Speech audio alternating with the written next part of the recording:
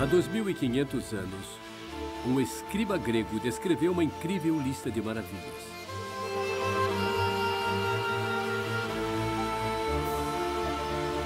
O que é visto com o olhar da mente, disse ele, nunca poderá ser destruído.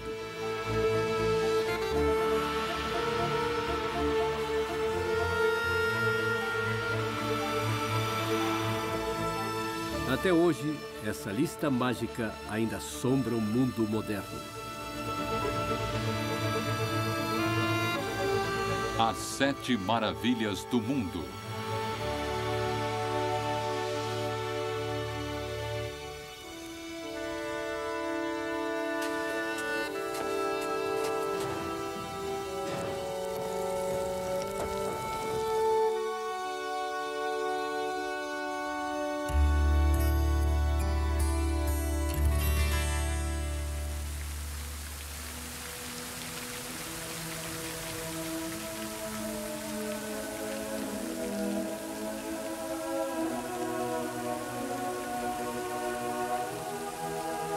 Esta é a história de uma das ideias básicas do Ocidente. Ideias de Deus, do paraíso e da feminilidade. Como elas atravessaram do mais antigo Oriente para o mundo moderno.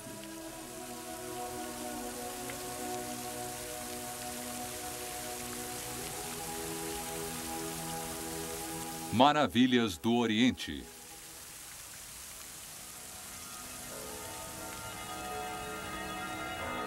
A fábula tem 10.000 anos de idade. E você pode começar contando de qualquer lugar.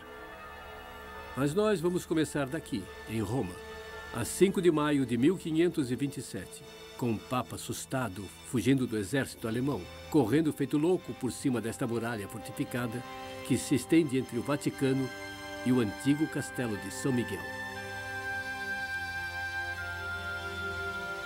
Houve um grande cerco no final. O Papa perdeu tudo, seu ouro, suas joias e até as roupas foram tiradas dele. 10 anos mais tarde, outro Papa estava de volta no mesmo castelo, restaurando o poder sagrado e a grande autoridade de Roma.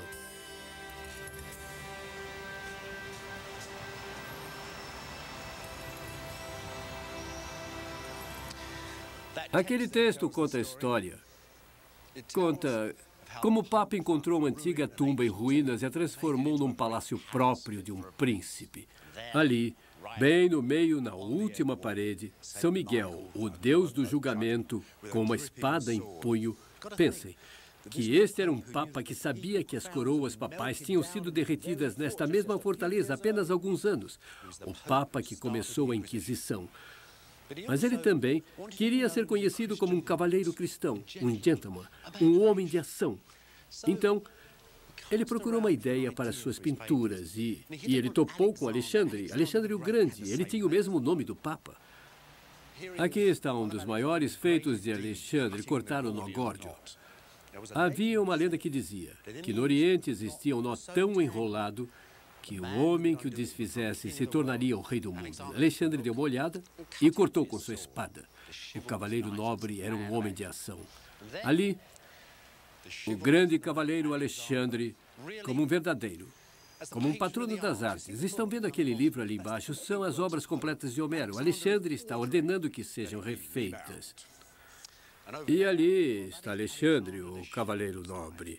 E aquela mulher que está suplicando é a esposa do rei da Pérsia. E Alexandre dizendo, não vou pegar você, não vou estuprá-la como os reis normais fazem, sou um cavalheiro.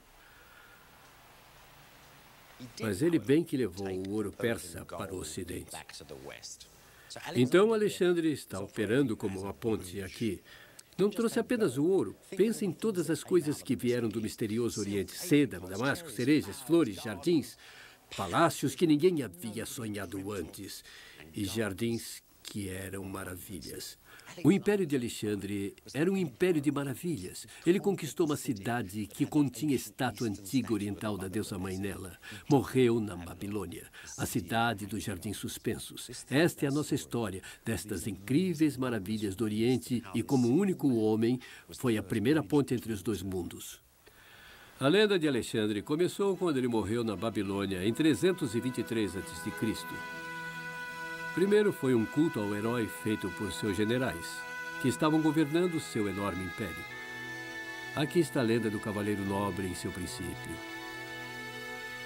Uma pintura do jovem Alexandre lutando contra os persas, abrindo o Antigo Oriente. Na verdade, este é um mosaico romano de Pompeia. Uma cópia inteligente de um original feito no tempo de Alexandre e pintado por uma mulher.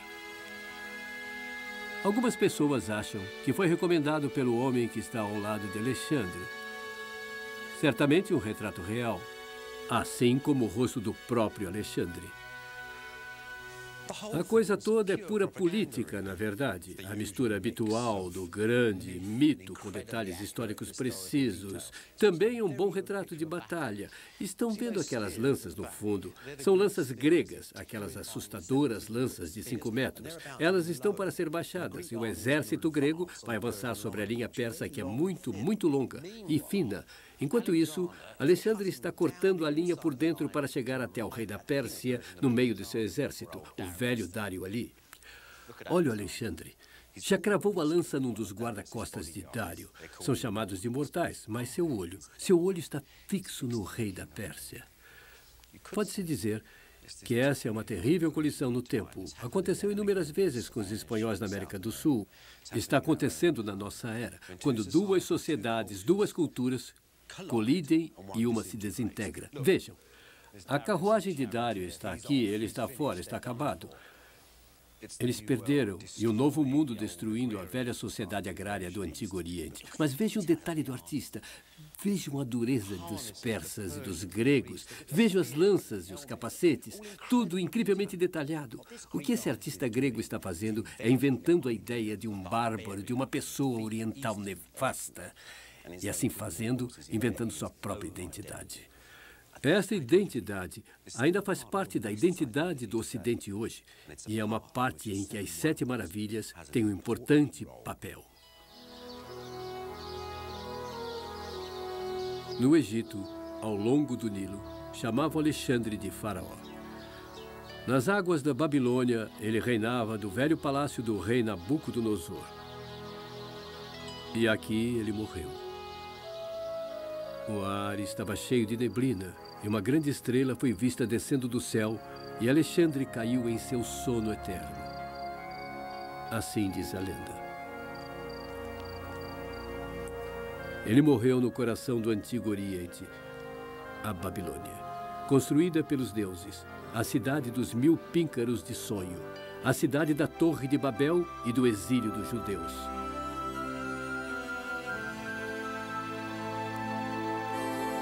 Babilônia de Baltazar e seu festim diabólico. A cidade dos misteriosos e alusivos jardins suspensos também, que os gregos que descreveram as maravilhas nos dizem que eram jardins do palácio de Nabucodonosor, com campos tão altos que bosques passavam por cima da sua cabeça, as grandes árvores altas cujas raízes eram regadas pela bruma das fontes.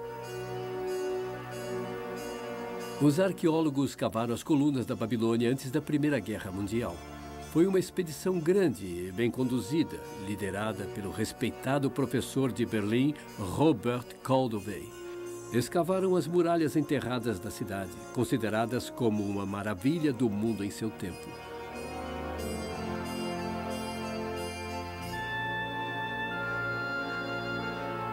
Eles encontraram os portões pelos quais os reis cativos de Judá passaram com todos os seus cortesãos. Encontraram 25.000 plaquetas de argila inscritas, mediram as ruínas da cidade de Nabucodonosor e trouxeram a velha Babilônia à vida de novo. E assim, as antigas ruínas da Babilônia foram reconstruídas.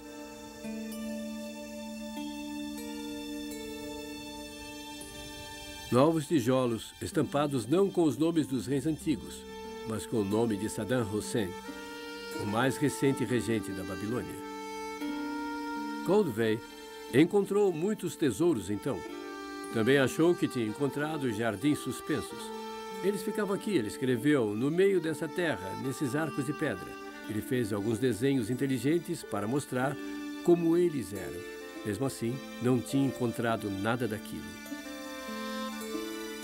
As raízes das árvores desses jardins suspensos teriam arregaçado os tijolos e pedras.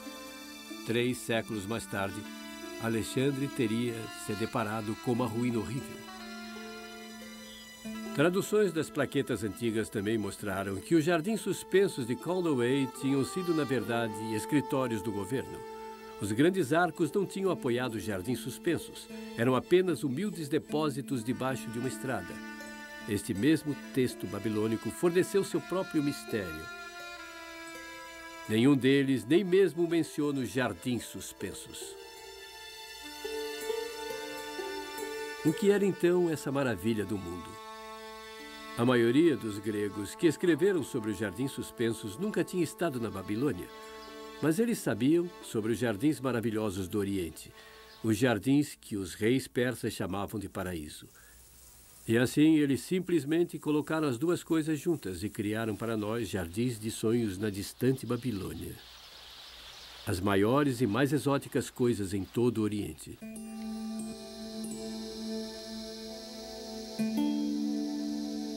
O que foi então que inspirou esta visão especial de um jardim pairando no ar? A resposta está nos humildes campos da antiga Grécia. Eles eram campos suspensos, ou traduzindo mais corretamente, campos em terraços, faixas de terra ao lado dos montes. Essa era a forma comum de cultivar as colheitas. Trigo, azeitonas e lindas uvas e muito queijo bom das ovelhas e cabras. É a dieta mediterrânea clássica e foi inventada, ou pelo menos desenvolvida, na antiga Grécia pelo menos 1000 anos antes de Cristo. E essa dieta rica em proteínas se tornou a força motriz que abasteceu a grande cultura grega que florescia. Era um tipo completamente novo de dieta. As antigas civilizações estavam à beira dos rios, com sedimentos ricos ao lado delas, com água boa e uma diversidade tremenda de colheitas. Nada disso na Grécia, é claro. Era terra dura, solo duro, e embora os produtos fossem bons, não era uma existência muito variada. Mas os gregos eram um povo resistente. Pense em Platão, em sua academia rodeado de seus alunos. Aquela academia era um bosque seco de oliveiras fora de Atenas, exatamente como esse. Então, quando esses caras bravos e fortes foram para o Oriente, ficaram completamente impressionados com o que viram, ficaram impressionados com a maciez da paisagem e com a riqueza das colheitas, com os damascos e cerejas que cresciam e que podiam ser colhidos das árvores e pela incrível riqueza das pessoas. Quando voltaram para a Grécia, carregaram esse sonho extraordinário de paraíso, que afinal de contas é apenas a palavra persa para jardim. Direto para o Ocidente, isso permaneceu lá desde então.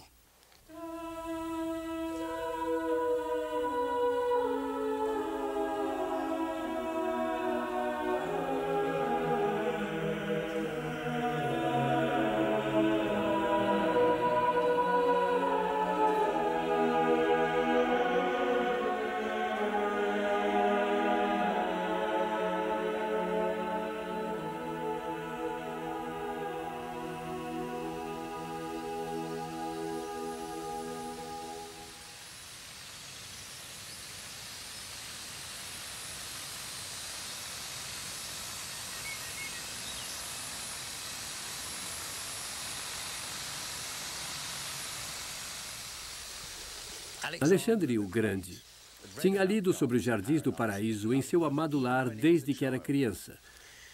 Deve ter lido os relatos dos mercenários também, que trabalhavam na corte persa. Estes soldados grosseiros tinham ficado impressionados com a sofisticação do rei Ciro. E o rei Ciro ficou satisfeito com eles. Ele disse: tudo isso eu plantei e medi com as minhas próprias mãos. Algumas árvores fui eu mesmo que plantei. Os romanos trouxeram a ideia de paraíso da Grécia, aquela grande lembrança dentro do coração de Roma. E esse jardim aqui é um jardim renascentista, criado a partir de um desenho de um antigo jardim romano feito pelo arquiteto Piro Ligório. E é claro, ainda tem os veios d'água do paraíso neles. Os veios do paraíso você ainda vai encontrar no livro do Gênesis e nos grandes mitos mesopotâmicos. Gilgamesh, o herói, encontrou o elixir da vida num paraíso assim. Em lugares assim, nos jardins do cardeal Ganra, em Banhoá, ao norte de Roma, você não apenas encontra beleza e paz, mas você encontra formas e cheiros que o levam de volta na história, de volta aos seus primórdios.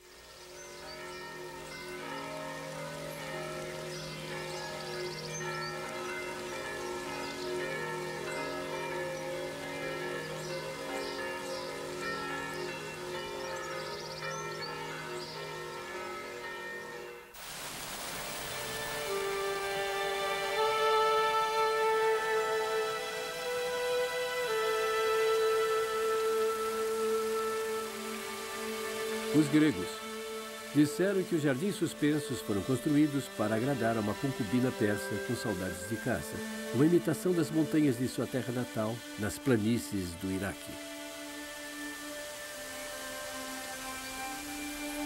Era repleto de todo tipo de árvores e parecia exatamente com um país montanhoso. Muitas partes dele cresciam umas nas outras e lembravam um teatro. Era cheio de plantas e as folhas das árvores quase se tocavam e criavam uma sombra deliciosa. As águas espirravam de fontes altas. Iam para o solo e eram forçadas para cima de novo em espirais e giros, correndo em redemoinhos pelos canos. Uma umidade abundante banhava as raízes das árvores e o solo estava sempre úmido. Assim era o sonho do paraíso. O sonho que Filo em Visitância no século III a.C. Siga esses veios antigos até seu início. Vá como Alexandre foi, até a origem de nossa experiência. E você não vai encontrar somente o paraíso, mas os mais antigos deuses também.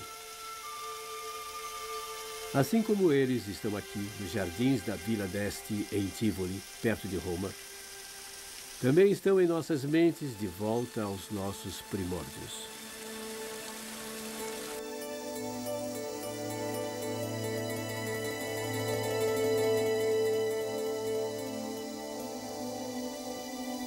Por toda a rota de Alexandre pela Ásia, havia templos dos deuses mais antigos.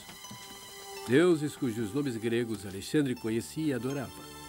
Mas deuses que, quando vistos em outros costumes em outros países, ele reconhecia como parte de um poço comum de santidade.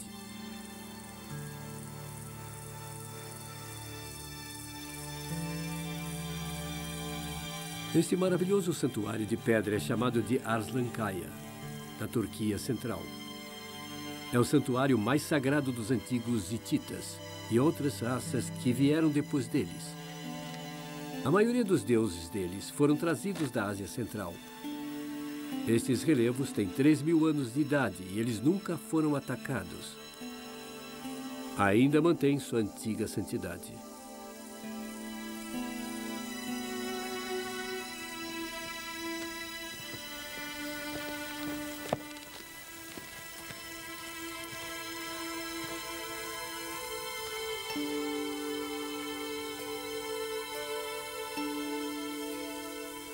Estamos bem no coração do santuário. E aquele deus ali é o deus Texup, o deus que na Grécia se tornou Zeus, que quando se enfesa faz trovejar e joga raios pelo chão.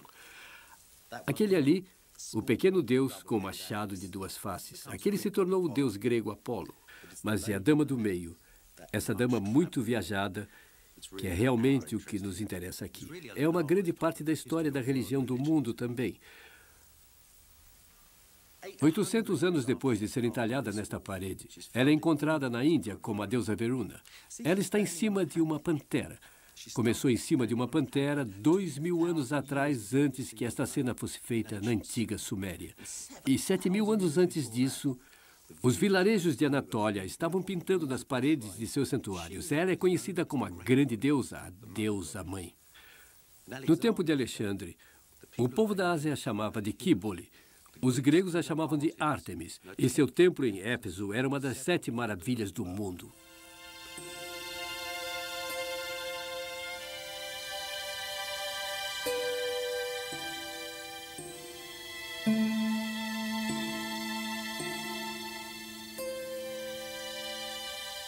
Grande é Diana dos atenienses. A acústica aqui é incrível, não é? Dá para imaginar o que devia ser com 40 mil pessoas gritando essas palavras pelas ruas da cidade em direção ao mar? Isso é que o livro dos Atos diz que aconteceu aqui em 53 depois de Cristo, quando São Paulo trouxe o cristianismo para a grande cidade de Éfeso. Diana é o nome bíblico de Ártemis. Esta era a cidade de Ártemis. Ela decorava todos os templos, todos os prédios. Ela era a riqueza da cidade e o orgulho de seus habitantes. E você não pode ficar surpreso se 40 mil pessoas estivessem gritando o seu desacato ao cristianismo. Ela, é claro, tinha estado na cidade durante 1000 anos. E levaria mais 300 anos para que São Paulo e seus seguidores desalojassem o culto a ela. 1800 anos mais tarde, um único inglês se sentou nesse mesmo teatro e ele estava observando a paisagem, procurando qualquer traço que pudesse ver do grande templo de Ártemis. O nome do inglês era John Turtlewood. Era um rico viajante amador, um arqueólogo, e como muitas pessoas do século XIX, ele era um homem obcecado. Ele era obcecado em encontrar uma das 7 maravilhas do mundo, este grande templo que tinha desaparecido completamente. Wood ficou em Éfeso ano após ano. Procurando o templo, ele gastou uma fortuna. Ele pegou malária, foi ameaçado de rápido, recebeu um tiro, quebrou sabe quantos ossos de todo o corpo, mas encontrou o templo no final. Foi aqui, no teatro, que ele encontrou a primeira pista.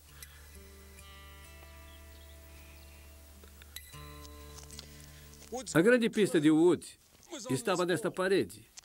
Bom, quando ele estava aqui, escavando, e toda esta parede estava coberta de terra que tinha rolado das montanhas por cima do teatro.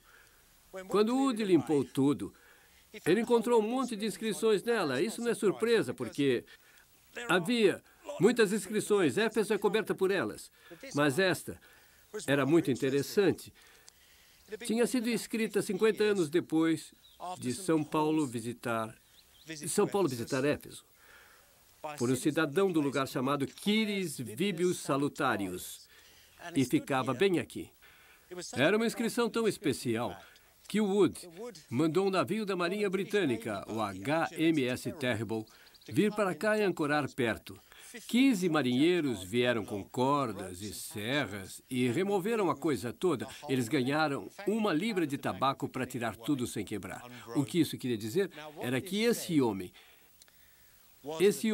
C. Vibius Salutarius, que viveu 50 anos depois de São Paulo, doou um monte de estátuas de Ártemis de ouro para o grande templo.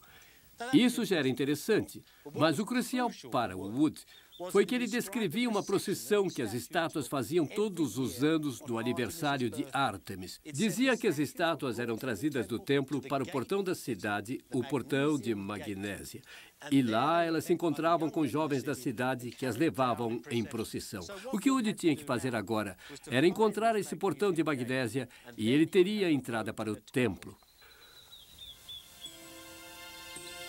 Usando inscrições como guia, Wood escavou a cidade antiga ao longo de suas ruas, de volta ao mundo de Alexandre. Éfeso tinha sido uma das mais ricas, mais modernas cidades do planeta. Enquanto Wood escavava suas ruas de mármore, trouxe de volta a vida antiga. Aqui, ele podia ver marinheiros da Índia, Roma e Alexandria. Persas também, com mantos púrpura e costurados com contas douradas, coríntios em vermelho, violeta e verde-água. E os sacerdotes de Ártemis em suas batas com padrões de losângulos e com contas bordadas nelas.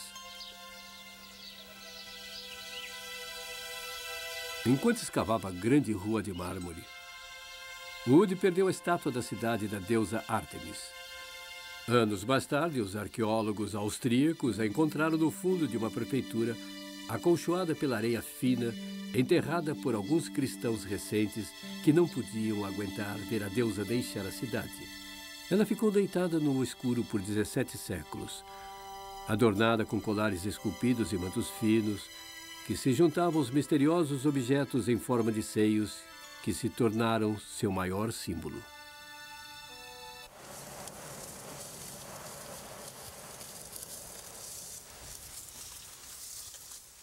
Um ano depois de encontrar a inscrição, Wood encontrou o portão da cidade. Ele sabia que era o portão de Magnésia, porque a cidade de Magnésia estava bem ali. E bem na frente dela, a grande e larga calçada que ele sabia que o levaria ao templo de Ártemis. Mais uma vez, John Turtlewood tinha descoberto um pedaço incrível da história. Este era o portão pelo qual, segundo São João, havia passado para converter os atenienses, e quando chegou, havia uma estátua dourada de uma deusa em pé, com um véu sobre o rosto, uma lâmpada a seus pés. São João disse que a cidade era escura pela fumaça dos altares da deusa. Ele reparou nisso. O portão do século II tinha se tornado cristão, a cidade convertida por João. Então, Wood tinha problemas mais imediatos. Quando ele chegou do lado de fora do portão, ele estava na calçada, é claro, mas para que lado seguir? Ele escavou um leque de 45 metros na passagem, de 4 metros de profundidade, procurando pela rua. Ele teve sorte. Ele não encontrou uma rua, encontrou duas. Agora ele tinha um problema, devia ir para a direita ou para a esquerda pela passagem. Bom, foi assim que ele resolveu. Esses canais profundos aqui são os sulcos das carruagens que passavam pela cidade. Uma dessas ruas, a que ia para a direita, quase não tinha sulcos. A rua que aguentava todo o tráfego ia para a esquerda. E o Wood também foi. O caminho de Wood está do mesmo jeito hoje. Mas existe uma pequena trilha no campo onde existia uma estrada antiga. Imagine as centenas de homens cortando a paisagem, todos cavando. Trabalhadores gregos e armênios com vestes claras. Os soldados turcos vigiando e os bandidos à espreita nos morros.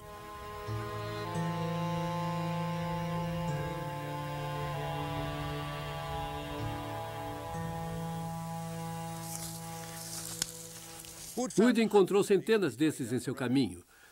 Não estava procurando por isso. São sarcófagos e estão cheios com famílias inteiras. Aqui está um dos epitáfios. A babá de Iro, que adorava vinho, repousa aqui. Que seu velho corpo enterrado entre as videiras se alimente na morte daquilo que ela adorava em vida.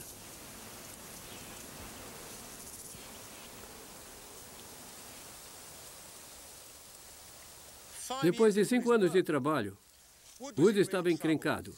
Ele sofria de malária e o dinheiro estava acabando. A única coisa que ele tinha era aquele antigo livro-guia que dizia que a rua do templo descia a colina. Wood achou que essa trilha estava descendo a colina, mas parecia não estar indo a lugar algum. Então ele se arriscou. Com o último dinheiro que tinha, ele parou de escavar, avançou os homens 500 metros adiante, onde ele achava que a estrada estava, e cavou outro buraco. E a 4 metros de profundidade, ele encontrou isso.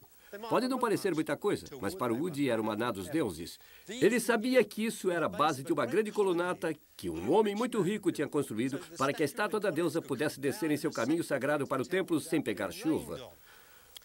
Wood não achou sua colunata, ele achou até as telhas do telhado que mantinha a deusa seca. Mas ele devia querer ver o templo.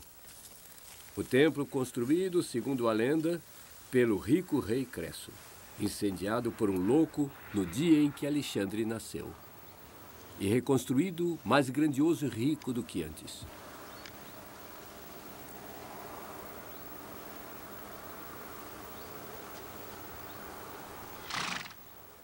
Embora Wood ainda estivesse seguindo as grandes pedras quadradas, ele se viu numa grande encrenca, assim que deixou as colinas atrás dele. Tudo que ele podia ver era a pequena cidade turca. E como ele disse, senti a dor do fracasso sobre mim quando olhei a planície larga e ininterrupta, sem um só traço de um monte que pudesse esconder o grande templo.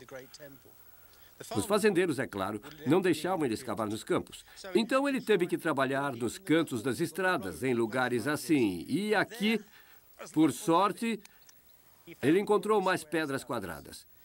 Era um homem inteligente. Ele notou que elas ainda seguiam as linhas dos campos e que aquela linha ia direto para o velho forte turco.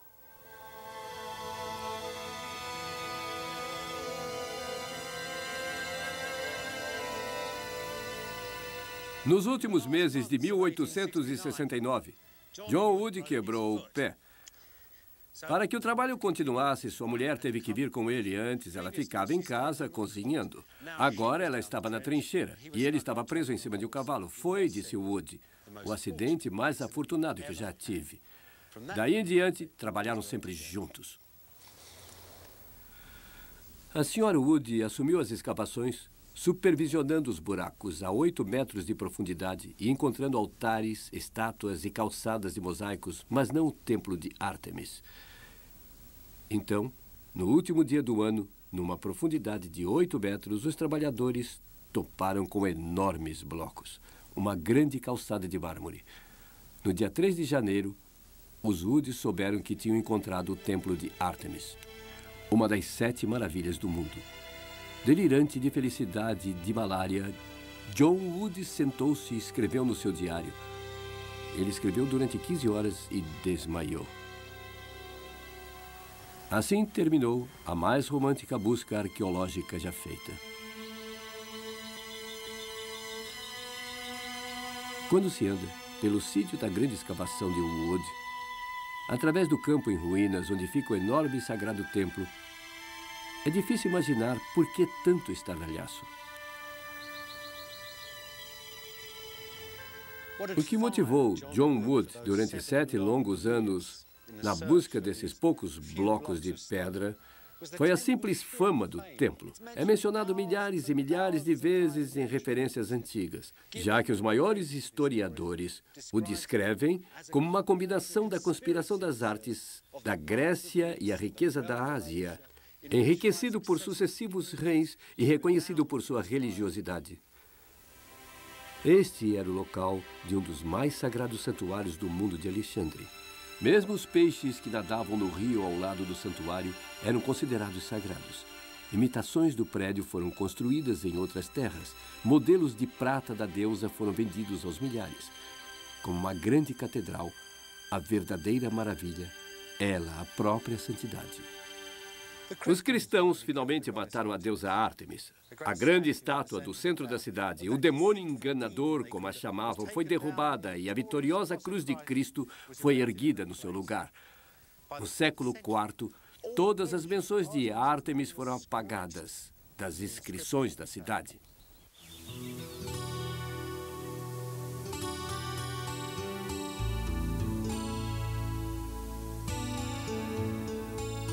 Então, como seria a aparência do grande templo de Ártemis?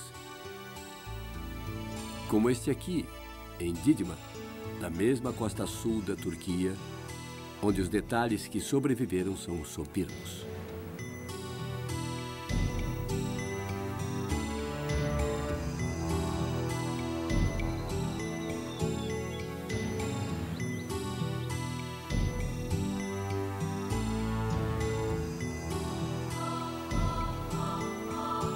Alguns arquitetos que trabalharam aqui também trabalharam no templo de Ártemis em Éfeso.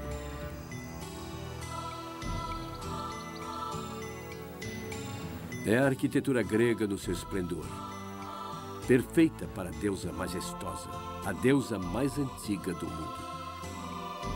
Limpa, clara, justa, suntuosa e majestosa, parada aqui para nosso grande deleite.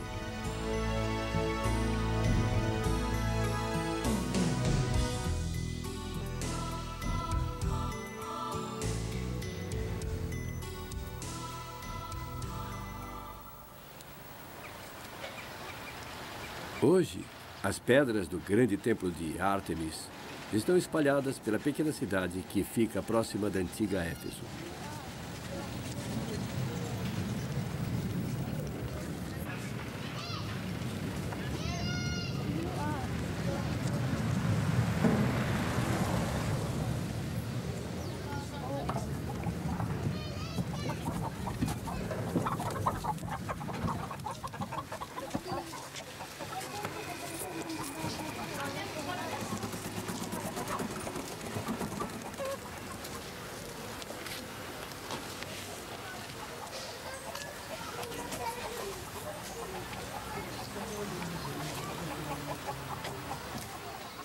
Cada uma das pedras desse aqueduto veio de outro lugar.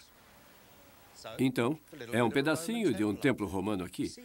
Estão vendo aquela coisinha bonitinha e meio mofada? Já esteve em cima de um entablamento, em cima de uma coluna. Mas é pequena e meio instável, então certamente não veio de Artemísio. Mas este bloco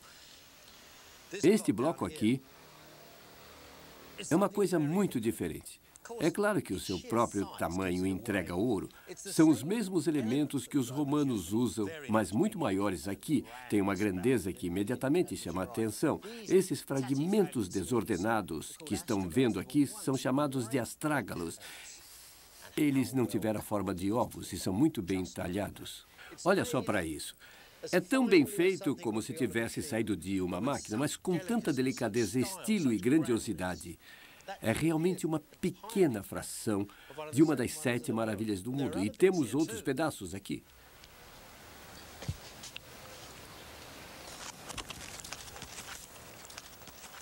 Esse pedaço aqui, esta, é a grande descoberta. Sabem, quando eles construíram o aqueduto, os pedreiros cortaram a ponta da pedra para fazer uma borda bem precisa aqui, mas deixaram esse pedaço no meio.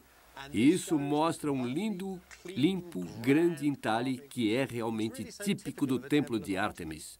Na verdade, é um pequeno pedaço de uma das 127 colunas que o romano Plínio disse que o prédio tinha. Viram como funciona? As estrias da coluna, essas ranhuras na pedra, podemos saber a altura que tinha com pedaços assim, podemos quase reconstruir o templo. Havia 3 estilos diferentes de templo. As 3 ordens de arquitetura grega. A dórica era a mais forte. A de Coríntio, a mais decorativa. Wood descobriu que o templo de Ártemis era jônico, com suas curvas sutis. Quando Plínio o visitou, ele disse que o templo tinha 70 metros de largura e 130 metros de comprimento. Com sua grande floresta de 127 colunas, o santuário de Ártemis, uma das 7 maravilhas do mundo, devia ser assim.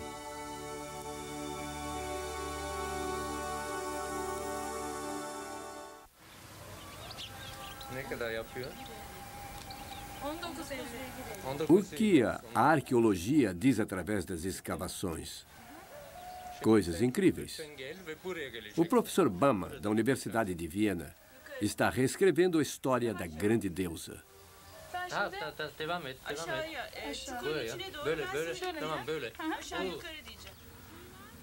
Em torno desses templos antigos, cobertos por sedimentos de rio, estavam as joias da deusa das partes mais internas do santuário. Suas roupas, tesouros e presentes que as pessoas levavam para ela. Um chão semeado com resíduo de fé.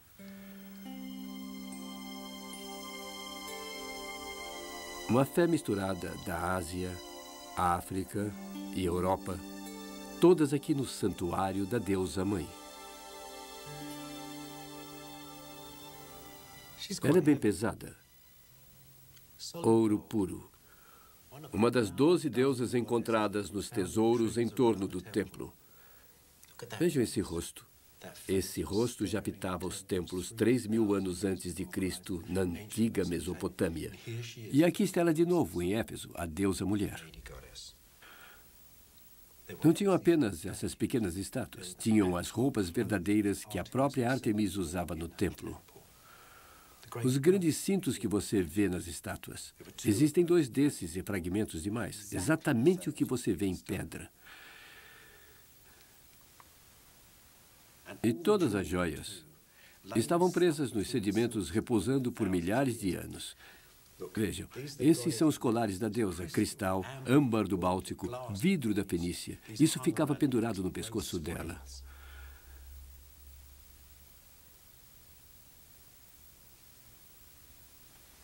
Tinham também os pedaços dos próprios colares, com as contas da deusa.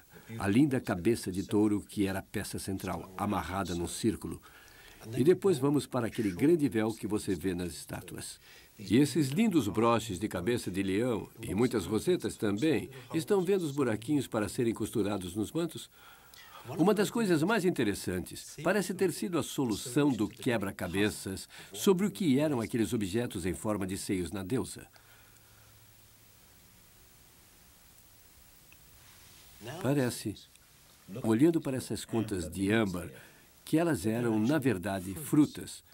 Estão vendo esse pedacinho de âmbar báltico? Essa parte de cima. Isso é como uma pequena romã, uma pequena joia. E esta deve ser outra fruta. Talvez a deusa estivesse coberta por frutas em abundância. A deusa Ártemis não deixou apenas suas joias para trás no templo, mas milhares e milhares de exemplos de presentes que ela recebia de todos os países do Antigo Oriente. Ártemis tinha magnetismo para receber presentes do Egito. Esse baixinho aqui veio do Egito. Ele é muito bom para a fertilidade. Você toca um tamborim e todo mundo fica contente. E do Egito também os escaravelhos da sorte, desejando saúde, prosperidade e uma vida longa. Da Fenícia, os fenícios nos deixaram no santuário da grande deusa algumas das mais finas esculturas em marfim, o tipo de coisas que você lê na Bíblia. Os reis da Bíblia viviam em salas decoradas pelos mesmos artistas. E da Ásia Central, aquelas culturas misteriosas são chamadas de estilo animal.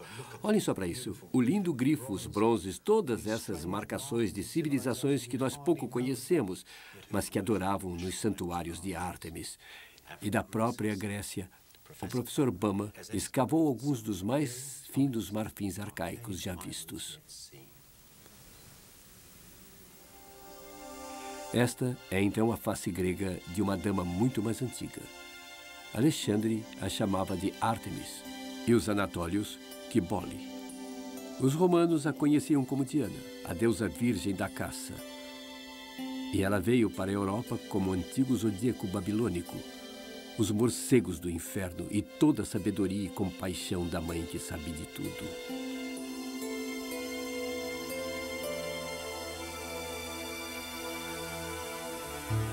Um século depois da expulsão da deusa Ártemis de Éfeso, os evangelhos ocidentais nos contam que a cidade fora o último refúgio terrestre da Virgem Maria. E Éfeso se tornou a mais importante cidade cristã da grande província da Ásia Romana.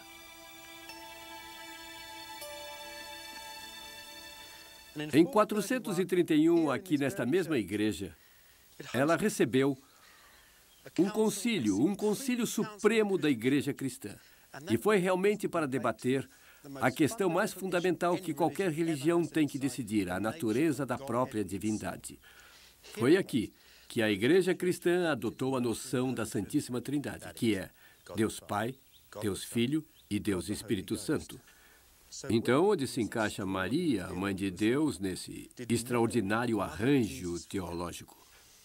Bem, ela era claramente a Mãe de Deus, e assim foi votada nesse concílio da Igreja, como Teósicos, genitora de Deus.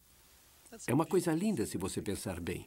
Aqui na cidade de Ártemis, com seu templo que era uma das 7 maravilhas do mundo, com ideias de divindades femininas que se entendem 10 milênios antes que a igreja cristã existisse. Aqui nesta mesma cidade, a noção da divindade feminina completou o ciclo e acabou dentro da fé moderna.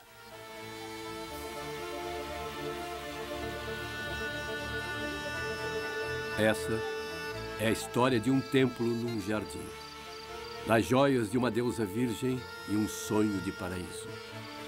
E de Alexandre também, o nobre cavalheiro cuja lendária viagem para o distante Oriente trouxe para o Ocidente algumas das 7 maravilhas do mundo.